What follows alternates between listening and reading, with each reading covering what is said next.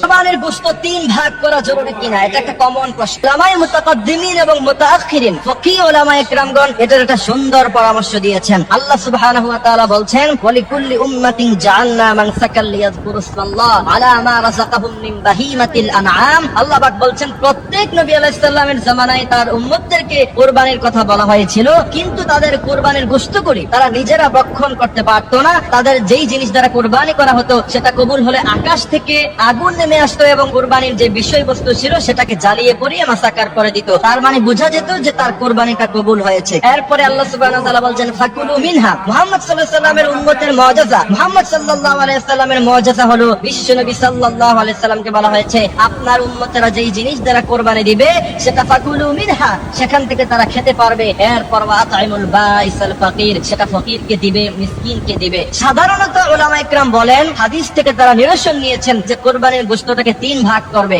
এক ভাগ নিজে রাখবে, আরেক ভাগ গরিব মিসকিনদেরকে দিবে, আরেক ভাগ আত্মীয় স্বজনদেরকে দিবে। এখন প্রশ্ন হলো যে আমার কাছে আছেই অল্প একটু, আমি যদি এটাকে তিন ভাগ করতে যাই তাহলে আমার নিজের প্রয়োজন মিটবে না। এমত অবস্থায় স্পষ্ট কথা, আপনার জন্য তিন ভাগ করা জরুরি না। ফাকুলু মিনহা, সেখান থেকে আপনার যত প্রয়োজন পড়ে আপনি অত খান। আপনি যদি কাউকে দেওয়ার মতো সামর্থ্য না রাখেন, যদি আপনি নিজে বোঝেন যে আমার জন্য এই গোশতটা আমি সবচেয়ে বেশি হকদার এবং আমার পরিবারের প্রয়োজন মিটানো সবচেয়ে বেশি হক, তাহলে অবশ্যই আপনাকে কোনো ভাগ দিতে হবে না, সম্পূর্ণ ভাগ আপনি নিজে রাখতে পারবেন। কিন্তু যারা একা কুরবানি দেয় এবং যাদের সামর্থ্য আছে মানুষকে দান করার, এরা যদি তিন ভাগ না করে তাহলে এটা অনুচিত হবে, জুলুম হবে। আল্লাহ সুবহানাহু ওয়া তাআলা এমন জুলুম কখনো কোনো বান্দাকে করতে দেখলে পছন্দ তিনি করেন না। এই জন্য প্রিয় ভাইয়েরা আমার, তবে কুরবানির গোশত যে ঢালাও ভাবে আপনাকে তিন ভাগ করতেই হবে, এটা একদম ভুল কথা। যদি আপনার সামর্থ্য না থাকে এবং আপনার পরিবারের জন্য যদি সবচেয়ে বেশি প্রয়োজন মনে করেন যে পুরোটাই আপনি রেখে দিবেন, তাহলে সেক্ষেত্রে পুরোটাই আপনি রাখতে পারবেন,